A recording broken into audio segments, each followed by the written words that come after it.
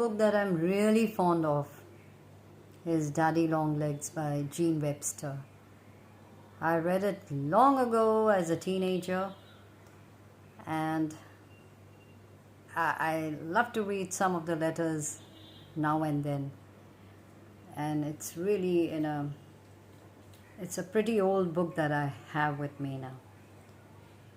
It is all about this girl, Judy Abbott, who grows up in an orphanage and is around 17, and she writes an essay. She's very good at she's an intelligent girl, writes well, and she writes this insightful essay on the Blue Wednesday. And I'm going to read a few lines. The first Wednesday in every month was a perfectly awful day, a day to be awaited with dread, endured with courage, and forgotten with haste. So it was a day that the trustees and the visiting committee would come to do their rounds and read their reports and write their comments, and Judy had to really work hard for that particular day, every Wednesday of the first month, every month. So as she was resting in one of those Wednesdays, and she was beckoned, she was called, and she was called to the matron's room. So as she was hurrying up, she came downstairs, and a last trustee stood on the point of departure, and in the open door that led to the porch, she caught only a fleeting impression of the man, and the impression consisted entirely of tallness. He was waving his arms towards an automobile waiting in the curved drive. As it sprang into motion and approached head-on for an instant, the glaring headlights threw his shadow sharply against the wall inside. The shadow pictured grotesquely elongated legs and arms that ran along the floor and up the wall of the corridor. He looked for the world like a huge, wavering Daddy Longlegs. So that's how this name for this book, Daddy Longlegs. And so when the matron she goes to the matron, and the matron says that did you see that gentleman? She says, no, I just got a glimpse, I just saw the shadow. So she tells her that on the strength of the impertinent paper, or the essay that she wrote, that is, he had offered to send her to a college. To college? Jerusha's eyes grew big, and she said the gentleman believes, or he believed, that she had originality when he had read the essay, and was planning to educate her to become a writer. A writer? Jerusha's mind was numb. She could only repeat Mrs. Lippett's words. That is his wish. Whether anything will come of it, the future will show. He's giving you a liberal allowance, almost for a girl who has never had any experience in taking care of money, too liberal. But he planned the matter in detail and did not feel free to make any suggestions. So she goes on to tell her that she would remain here in the asylum, in the orphanage, for some time, and the board and the tuition will be paid directly to the college, and that she would receive an addition during the 4 years that she would be there, an allowance of $35 a month, which would enable her to enter on the same standing as the other students. And she told her that the money would be sent to her by the gentleman's private secretary once a month, and in return which was very important. She had to write a letter of acknowledgement once a month. That is, she said, you are not to thank him for the money. He doesn't care to have that mentioned, but you are to write a letter telling of the progress in your studies and the details of your daily life. Just such a letter you would write to your parents if they were living. And she told her that all these letters would be addressed to Mr. John Smith and would be sent in the care of the secretary. And she made it clear that the gentleman's name was not John Smith, but he preferred to be unknown. So, I'm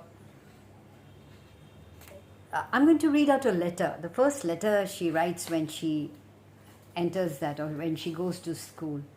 So she writes like this. Dear kind trustee who sends orphans to college, and here I am. I traveled yesterday for 4 hours in a train. It's a funny sensation, isn't it? I never rode in one before. College is the biggest, most bewildering place. I get lost whenever I leave my room. I will write you a description later when I'm feeling less muddled. She said, she writes, classes don't begin until Monday morning and this is Saturday night, but I wanted to write a letter first just to get acquainted. It seemed queer to be writing letters to somebody you don't know. It seems queer for me to be writing letters at all. I've never written more than 3 or 4 in my life. So please overlook if there are not a model kind. Before leaving yesterday morning, Mrs. Lippett and I had a very serious talk. She told me how to behave all the rest of my life, and especially how to behave towards a kind gentleman who's doing so much for me. I must take care to be very respectful. But how can one be very respectful to a person who wishes to be called John Smith? Why couldn't you have picked out a name that with a little personality? I might as well write letters to Dear Hitching Post or Dear Clothes Pole. I have been thinking about you a great deal and this summer. Having somebody taken an interest in me after all those years makes me feel as though I'd found a sort of family. It seems as though I belong to somebody now, and it's a very comfortable sensation. I must say, however, that when I think about you, my imagination has very little to work upon. There are 3 things that I know. 1, you are tall. 2nd, you are rich. 3rd, you hate girls. I suppose I might call you Dear Mr. Girl Hater, only that's sort of insulting to use. Or Dear Mr. Rich Man, but that's insulting to you, as though money were the only important thing about you. Besides, being rich is such a very external quality. Maybe you won't stay rich all your life. Lots of very clever men get smashed up in the Wall Street. But at least you will stay tall all your life. So I've decided to call you Dear Daddy Longlegs. I hope you won't mind. It's just a private pet name. We won't tell Mrs. Lippett. The 10 o'clock bell is going to ring in 2 minutes. Our day is divided into sections by bells. We eat and sleep and study by bells. It's very enlivening. There it goes. Lights out. Good night.